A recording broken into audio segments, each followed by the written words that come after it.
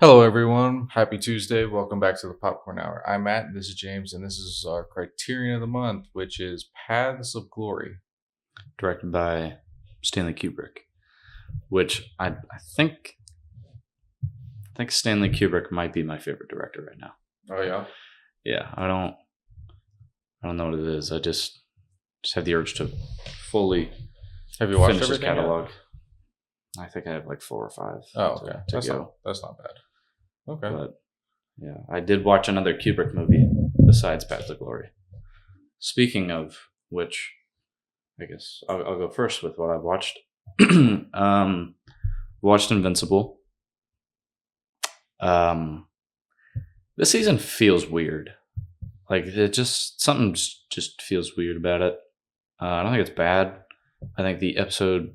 You watched the episode with Conquest, right? This season. Yeah. So I finally watched Invincible. I know I've said multiple times I'm Yeah. not going to watch it, but I finally watched it. What was the last thing that happened? That you saw?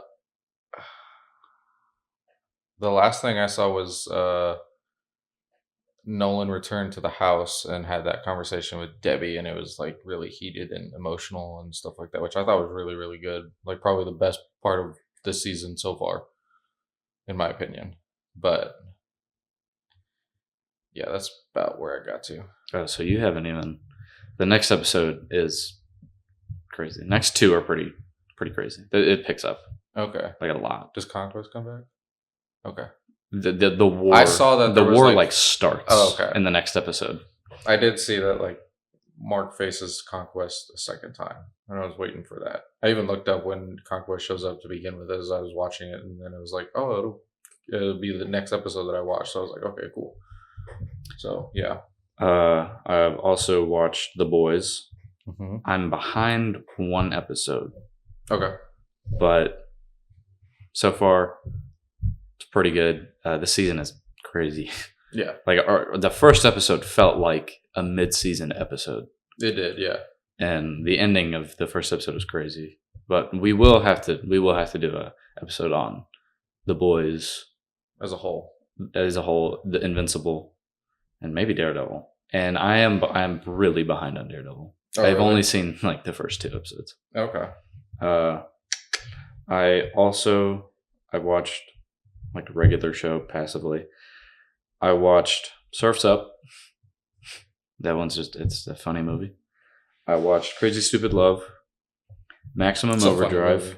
Yeah, I watched that a couple months ago. It was Yeah. fun. It was, for the first time, it was funny. I really like that movie. Like the opening scene. Let's say what we want on 3. 1, 2, 3. I want a divorce. And then like when she's like, "Oh, I'm so sorry," or whatever. I slept with my boss, and he's like, "Stop talking, please." And then he just jumps out of Just the car. barrel rolls out of the car. Then I watched Maximum Overdrive. Such a stupid movie, but which Stephen King actually directed, Okay. and it was based on his short story called Trucks. And then I think in the 90s they made another movie about it Oh, okay. called Trucks. And then I watched Major Payne. Nice. It's just funny. And then I watched Zombieland. Okay. I watched Paths of Glory. Mm-hmm. I watched Fargo. By the way, the Coen brothers really like to pick one word and then just use that for the whole movie. Yeah. What is it? Yeah. This one was yeah. Yeah. And yeah, I wrote it in my review. I wrote exactly how many times it was said. If you're watching the video version, you might be able to. Actually, I'll try it on your camera. Might be able to. Yeah, it's said 199 times in like an hour and a half-ish. But I really like that movie. It was really good. Mhm. I enjoyed it a lot. Then I watched The Vitch. The what? The Vitch. Isn't And then I watched it The Setsu. Witch? Yeah, but it's got 2 V's. Isn't that what a W is? Yeah, it's some people call it The Witch, some people call it The Vitch. Okay. And then I watched That's the one with the goat. On Yeah. the cover, right? Yeah. yeah. And then I watched Setsu, the Iron Man. This is a weird movie. This was so weird. I'll just show you the poster for it. But man, I really enjoyed it. Okay. I liked it a lot. It was It looks like some body horror going Yep. on. Okay. it was something. And then I watched The Great Train Robbery. Oof. And What'd you think of the Great Train Robbery? I mean, it's only like 13 minutes, Yeah. but like, wow, it's a fun one. I've been really into these like older Yeah. films. So When I was in high school, was it? Yeah, it was high school. I had an English teacher who was trying really hard. He was like one of the coolest teachers I had. He tried really hard to get like a film class going, but the department was like, no, you can't have that. There's not enough interest or whatever. So he's like, all right, fine. I'll just incorporate it in my English class. So for like a quarter of the year, we just studied movies.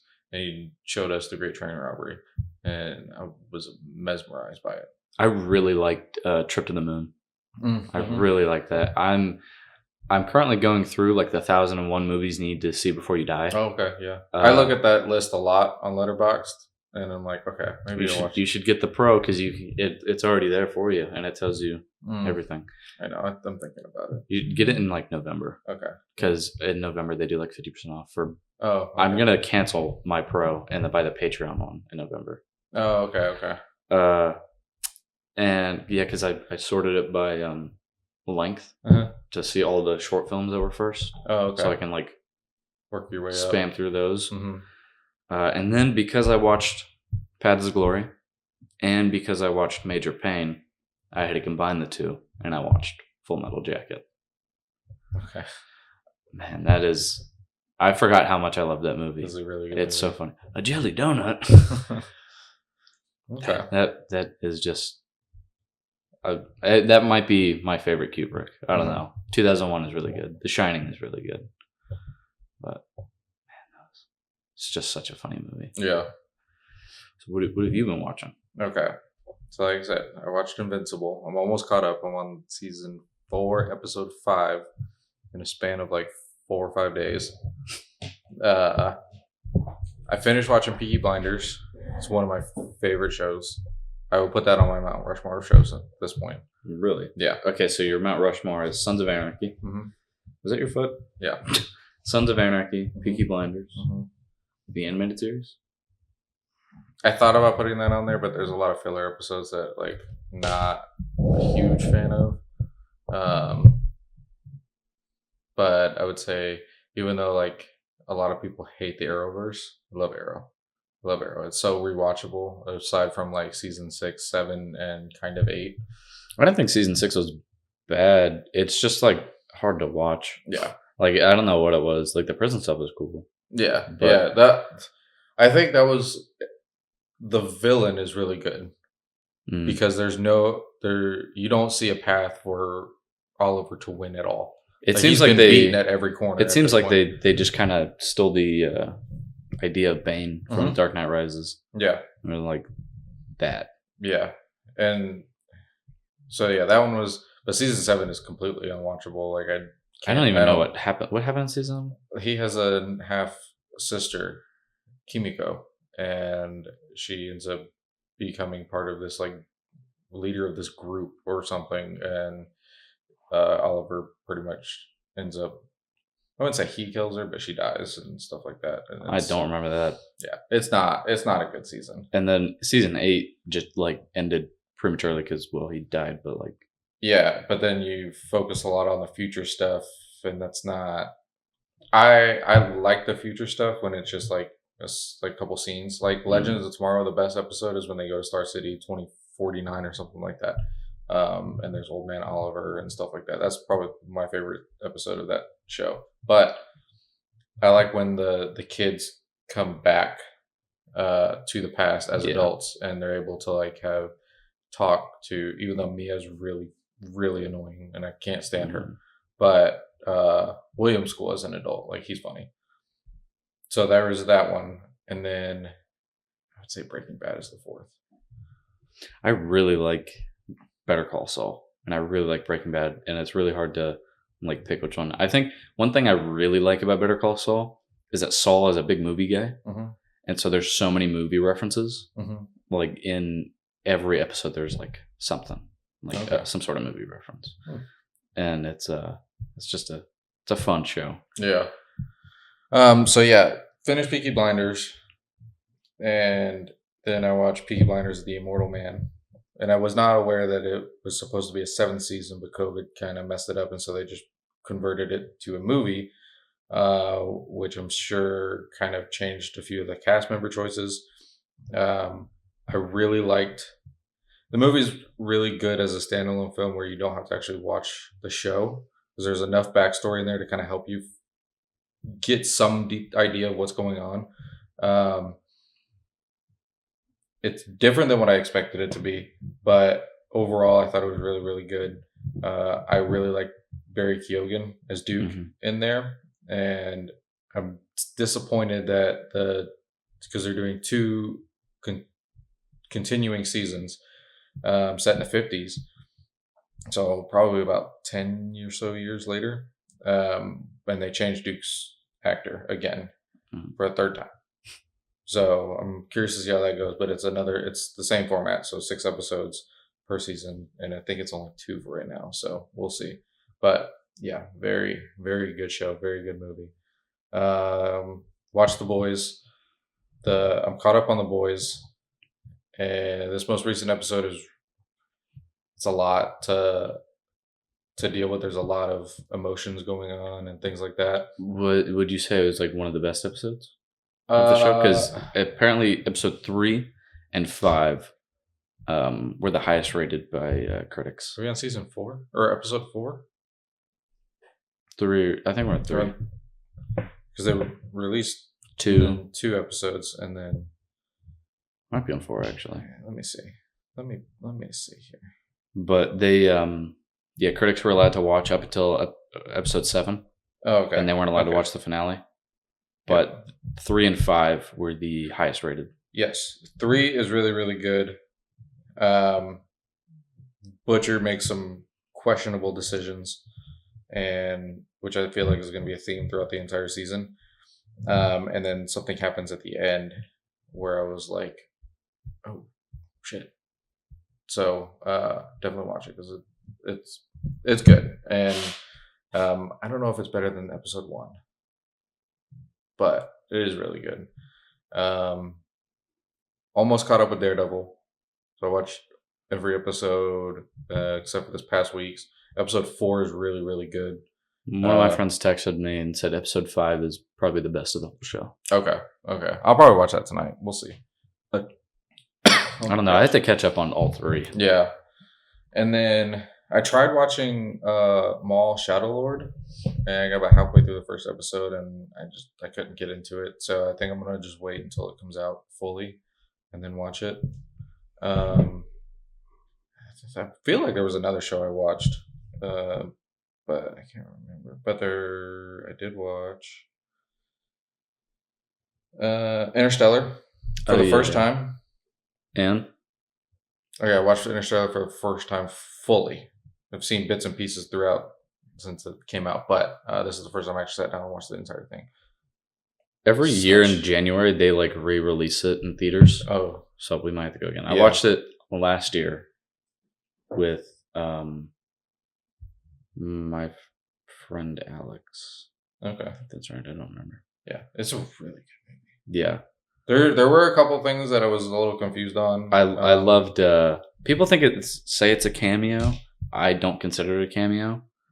But Matt Damon as Dr. Mann. Hey, it's not a cameo. That's not a cameo. He's in it for like he is like a physical antagonist for a second. But the docking scene, is so good. You're like, oh, it's not possible, and he's like, yeah, it's not possible. It's necessary. Like that. Yeah, the stuff with the docking and like the outside of the spaceship felt a lot like the original Star Wars trilogy. Mm-hmm. Like the way everything kind of moved, it was kind of clunky. Mm-hmm. I loved Tars. It was practical. Yeah, I love Tars. Yeah, Tars was so cool. Yeah, the design was kind of weird, and then, like when he's running, it's a little creepy. Yeah, and when he's like doing the rolling thing. One thing that's like really trippy is when they're on that first planet, there's like a constant clicking every few seconds. Do you know what the clicking is? No. That's like every day passing on Earth. Oh, okay. I think it's every day. It's either every day or like every month. It's like every hour there's like seven or something like that. Like several 6 years. Yeah. But so like to them, the people that were there, they'd only missed them by seconds, but it was years for them. Yeah.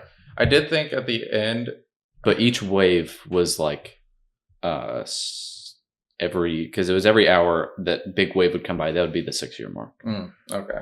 Or 7, however much it was. I didn't like how at the end when he like reunites with his daughter and she's old and stuff like that, and then like he's like a stranger to like every other person in that room, but like there was no sense of family there with him. It was just her, but also like there was no. I think that was meant to be.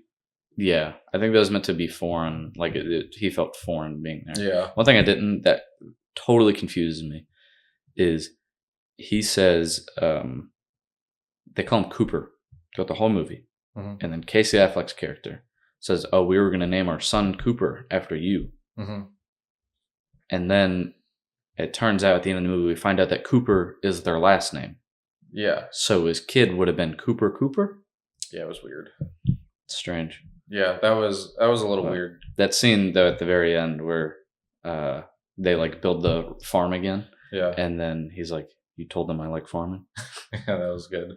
Yeah, but I did like how it kind of left it open ended of Anne Hathaway's character. Anne Hathaway's character, and like whether he was able to find her before she went into sleep or passed away or whatever, left, and so that was good to leave it the way it was. Yeah, the dust storms through the town, that was all practical. They just had really big like industrial fans, and they were just like waving dust.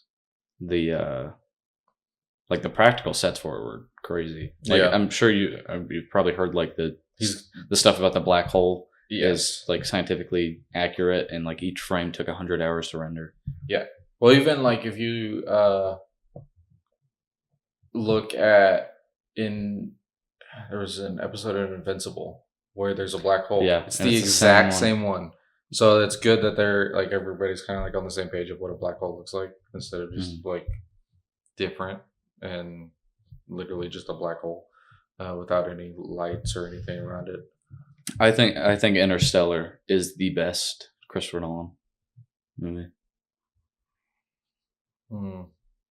That's a bold statement. I don't know if it's better than The Dark Knight.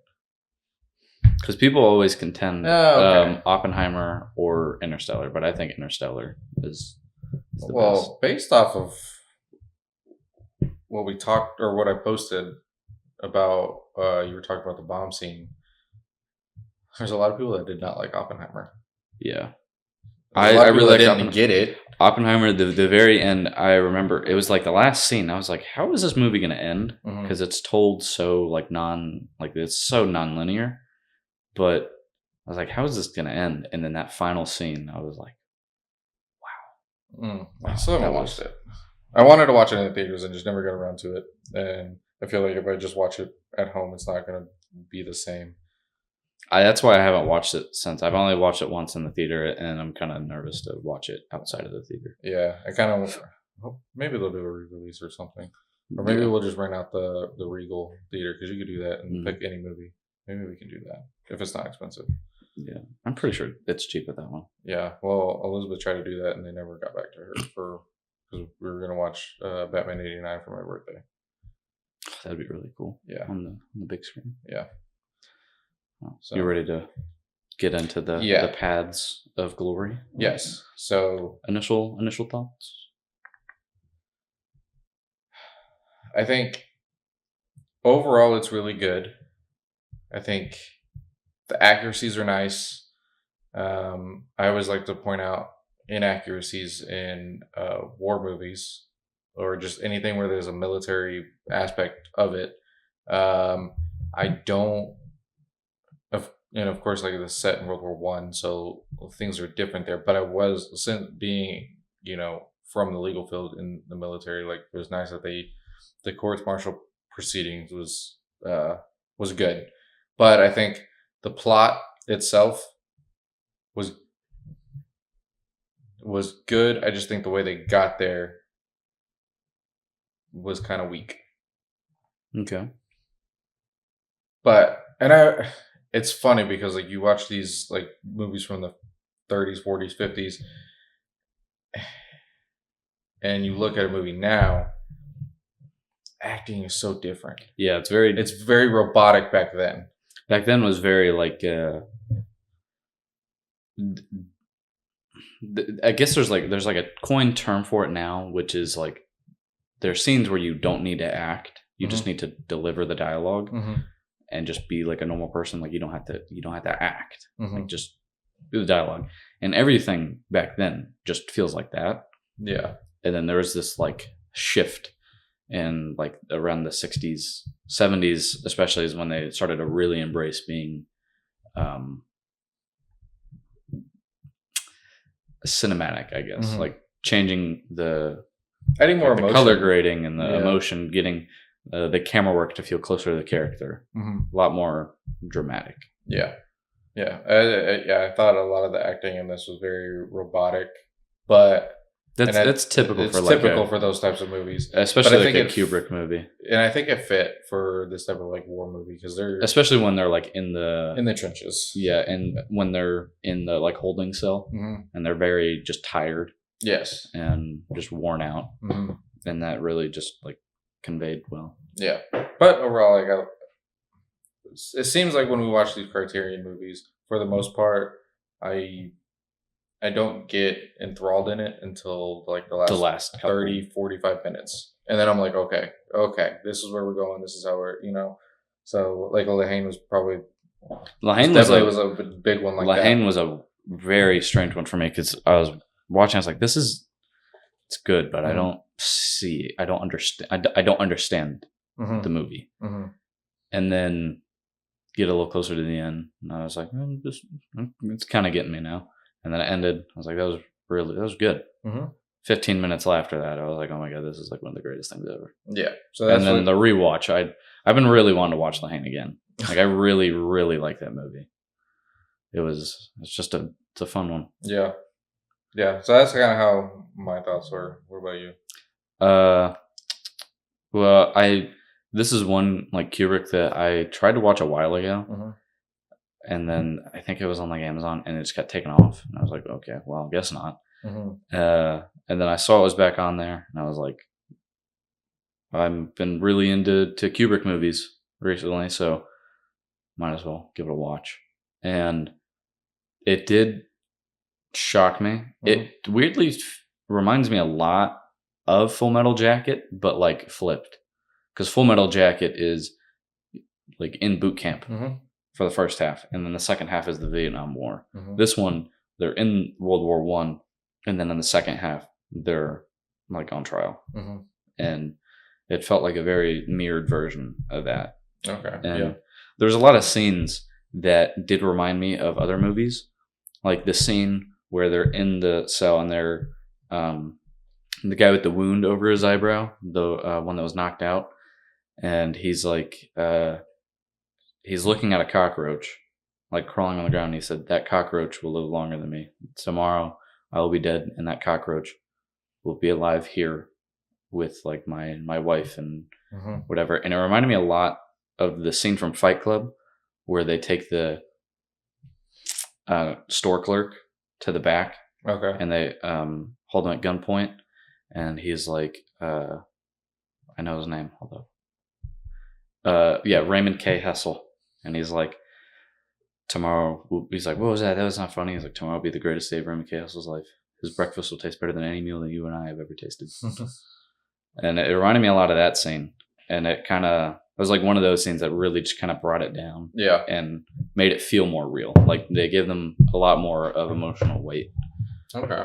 And I think that was like one thing that this movie did well, is making the characters feel human. Like as the movie goes on, you get to experience more time with these characters, and you learn more about like their personality and stuff, and they feel more real. Like you're like you know them, like you're with them. Yeah. Okay. So, for those of you that have not watched this movie came out in 1957, directed by Stanley Kubrick. It starred Kirk Douglas as Colonel Dax. Um, the story, like we said, follows World War One. Follows French soldiers ordered to attack an impossible German position called the Ant Hill. And when the assault fails, military leaders blame the soldiers and place three men on trial for cowardice. Colonel Dax, once a lawyer, defends them against the corrupt system. So they're essentially they make three soldier scapegoats. And I think it's so funny when we see something like this in like a court martial proceeding, and it was very entertaining to watch. But then, like a real court martial proceeding is not that interesting. It's actually very boring, and there's a lot of script reading. So there's not like you can't handle the truth type of stuff. So this reminded me of like those scenes reminded me of A Few Good Men. Yeah. And So then that's the firing squad scene reminded me of reminded me of the Green Mile. Or okay, that's a good one. It reminded me of X-Men Origins Wolverine. Where he's like, do you want the blindfold? Yeah. So that was it. It's nice that they made the court martial proceeding interesting, especially for me. That at that point, like the movie was fell a little flat on like entertainment wise. I also thought it was so when the general's kind of walking around the trench and he's like, "Are you ready to talk about the Germans and stuff like that?" And then he goes to the next person, says the same thing and stuff like that. It is very reminiscent of how like some leaders are in the military. What the hell was that? Where they think that that kind of thing of what they're doing builds morale of just them going around, but like you could tell they're not really interested in what you have to say. And yeah, he says it to one soldier. He's like, "Hey, how you doing?" And he's like, "Oh, whatever." Just trying, and then he just keeps walking. Yeah, just keeps walking and just like not really caring exactly what he's saying. He's just trying to, but the like leadership in like the real military like think that can help boost morale, and that it really doesn't, to be honest. But that was a nice touch that they had with that type of like high-ranking officer being able to do that, and then showing that like he really doesn't care about you. He's just trying to get show face and stuff like that. That scene where he's like walking through the trench, they actually had to make the trench like huge. Oh yeah, for the camera rig to fit through it. Yeah, to go all the way like through it. So like if you look at the set photo, it's like the trench is like a little bit wider than this table. Yeah, and I highly doubt it was that big ever. I don't think. Yeah, but they did film on like real like battlegrounds. Yeah, and on like in real like German castles and stuff like that. That's good. Yeah, the when they're in like the big castle manors type thing. I really like the sets that they used for this film. Like it kind of shows the difference between like high ranking officers and then the grunts that are like the privates, the sergeants, the corporals, stuff like that. They're like in there doing what they needed to do, and the other ones are eating good meals and drinking tea and living life and stuff like that. Where those people have to sleep in like tents and on cots and outside, and then they get nice orders. So that was nice. I really did. I like Kirk Douglas a lot in this movie. Mm-hmm. He did a really, really good job. Yes, definitely, probably my favorite character of the movie. Yes, but I also think there was too many characters to kind of like hone in on. Mm-hmm. So it kind of made for me, it was a little difficult to kind of keep track of everybody. Just because of how many. Usually with stuff like this, you have like the standard 5, 6, 7 maybe characters that you follow throughout the whole thing, and this one kind of had a lot of different people to follow, and a lot of different officers kind of going around and stuff like that. So this one was a little bit harder to follow character wise, but yeah, Colonel Dax was really good. Do you have a favorite scene? The court martial scene.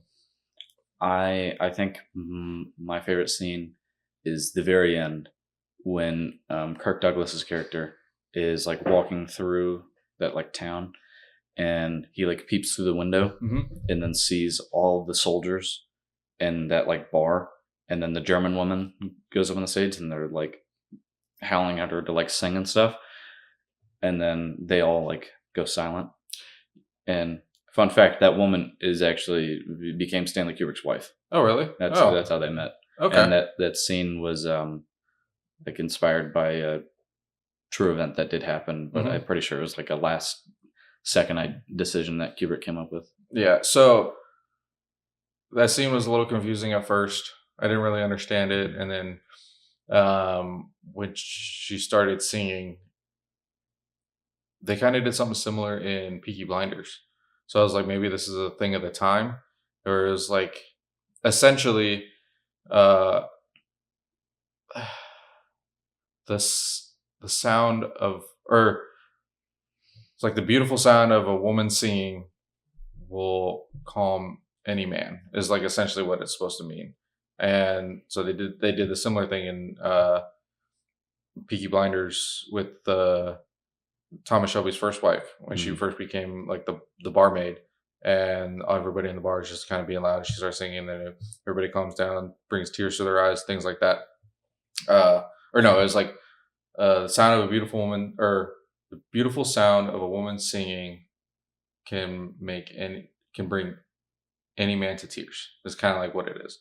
And I think that's something similar to what they said in Peaky Blinders. So I was like, once that started happening, I was like, that's a nice touch. That was a really good ending and stuff like that. But at first, I didn't really get that. What I liked about the court martial scene, one, it was entertaining, but Colonel Dax did a great job of like finding plot holes in the prosecutor's argument, and kind of made them kind of second guess what they were doing. Essentially, he lost, and they were sent to firing squad. But there was a couple moments when he was like, and then kind of put them in check, which I thought was really nice. I really liked how, because I think that scene of the woman singing, I think it kind of calls back to when they are in that little holding cell.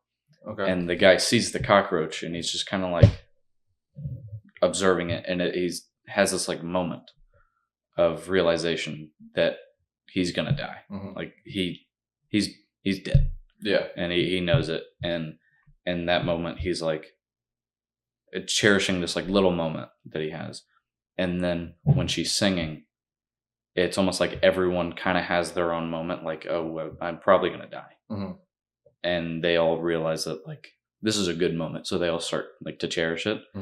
And I think that shows so much of Kirk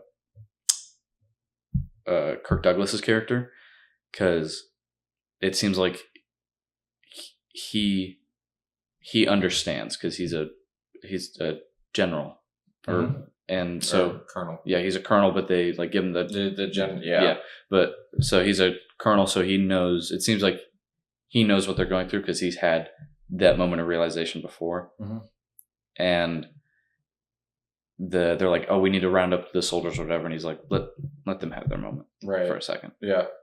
And it was almost like his way of like saying sorry to them, I feel like. Yeah. I found it very comical when they're in the holding cell and the soldier is like freaking out and then gets punched out. Yeah.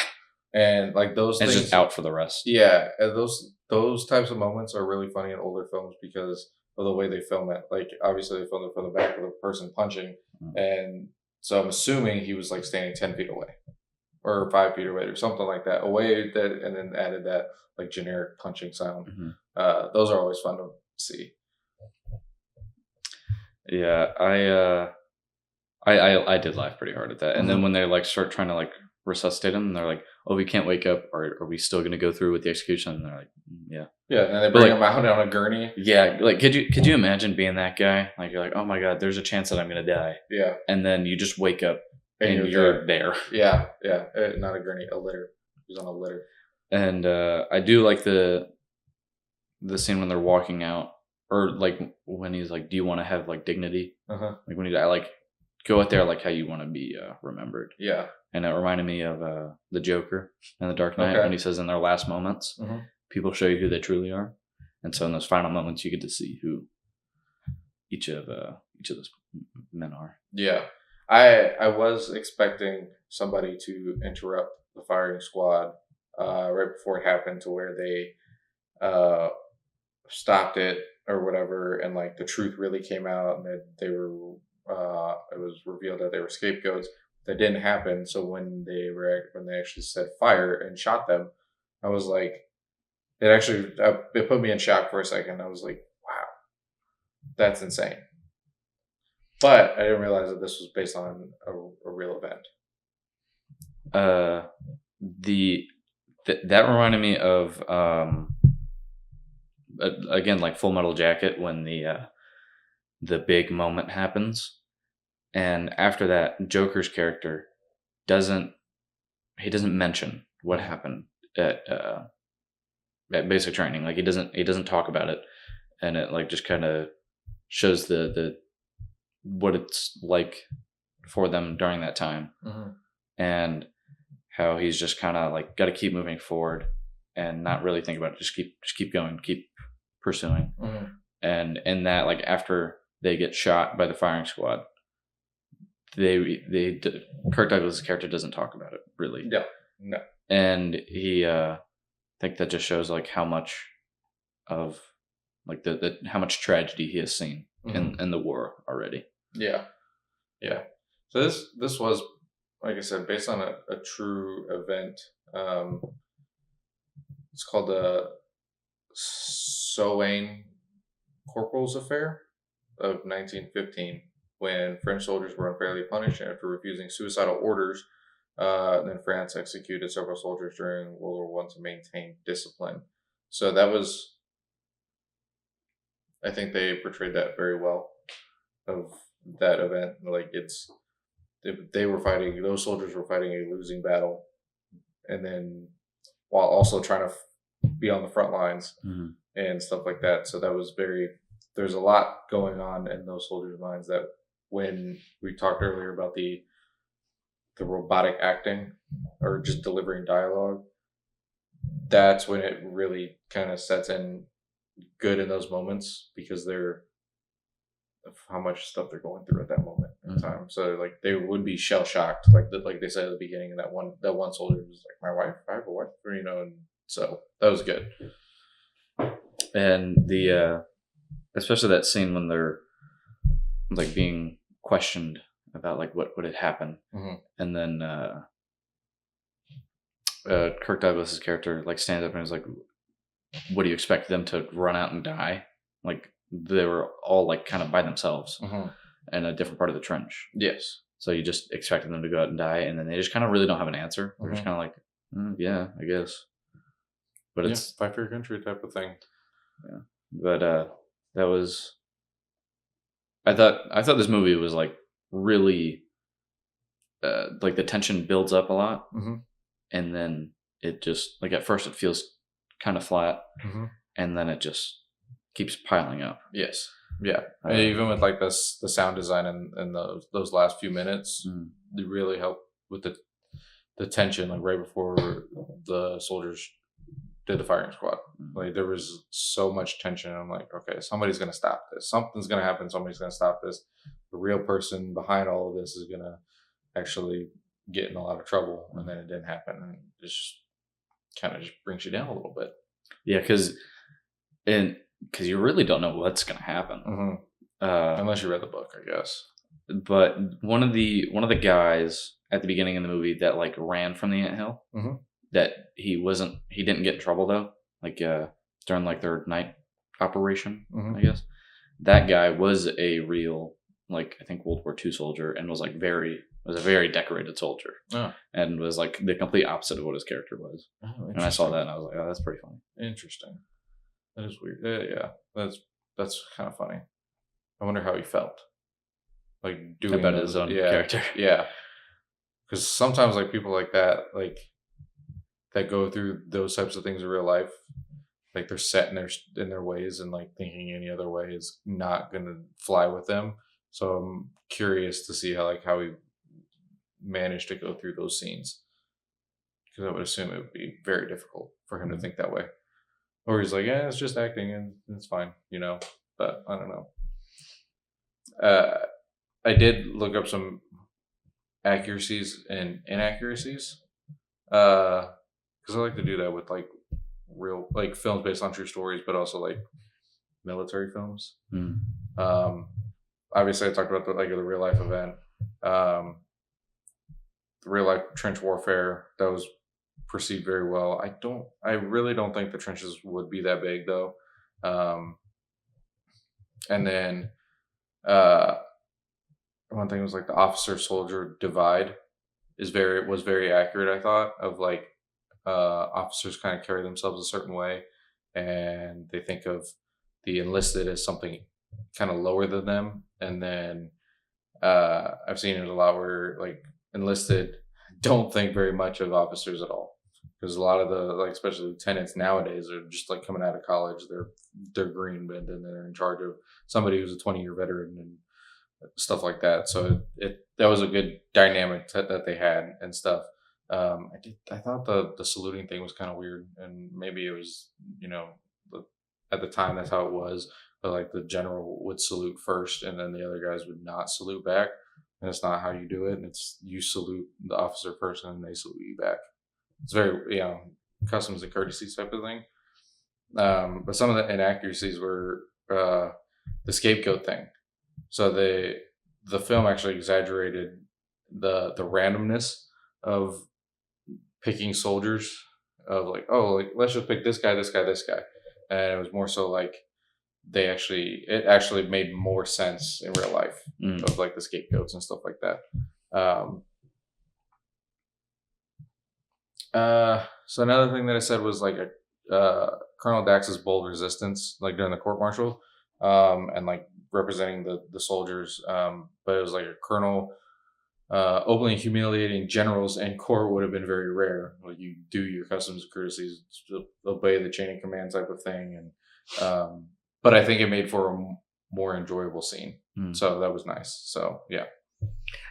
I will say that it did a very good job at making it feel like you were on Colonel Dax's side. Mm-hmm. Like you really feel like you're on his side in just a losing battle. Mm-hmm. And you're like, there's like no way to win this. Yeah. Well, I would hope you're on his side based off of just like morals and stuff like that. But yeah, I think they did a good job with that. It was, you really felt for Colonel Dax because like his hands were tied on every, like he did everything that he could. Yeah. And I'm sure he, like the character feels like that character would have to carry that with him for the rest of his life, which is going to be very difficult to do. So yeah, I agree. Well, what did you rate it? 3.5, just based off of how they executed the plot. For the most part, kind of fell a little flat for me, and like the first half of the movie was kind of weak, and you follow too many characters and stuff like that. So I give it a 3.5. But like overall, like the set design, the sound design, the court martial scene, the firing squad scene, the end scene, like those really brought it up for me. Yeah, I originally, I don't know why, everything I watch now that's like good, I just give it a 4. Mm-hmm. So I give this a 4, and I kind of thought about it. I lowered it down to 3.5. Okay, but it's still a good movie. I just think it's early in Kubrick's career, and so he still had a lot to kind of build off of. But this was a good movie. It was really enjoyable. I love the cinematography in all of his movies. It's just so like crystal clear, and I would have loved to see what it would have looked like if he made this like 10, 20 years later. Yeah, because Kubrick was only 29 when he made this film. And it's crazy that this movie was only 10 years, well, 11, but like 10 years before 2001: A Space Odyssey. Oh, interesting. Okay. But, yeah, the cinematography I thought was really good. I always just loved the cinematography in Kubrick movies. Like the long takes, like the scene with all the like court martials and stuff. It was filmed with just one camera, just so it like you could get like the whole grasp of the scene and stuff like that. And they film they film very wide shots, so you can get like a whole grasp of the room, so you like feel like you're an observer, like you can watch everyone. Yeah, like you're in the gallery watching all of this happen. Whereas in a real life court martial, I would sit there, be trying to keep my eyes open. Yeah.